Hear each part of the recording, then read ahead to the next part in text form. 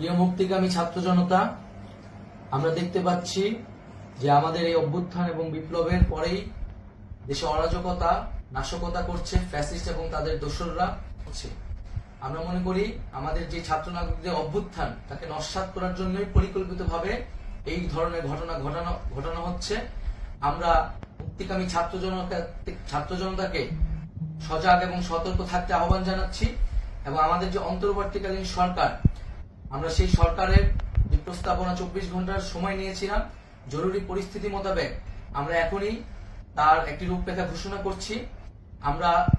আমরা সিদ্ধান্ত নিয়েছি যে সর্বজন গ্রহণযোগ্য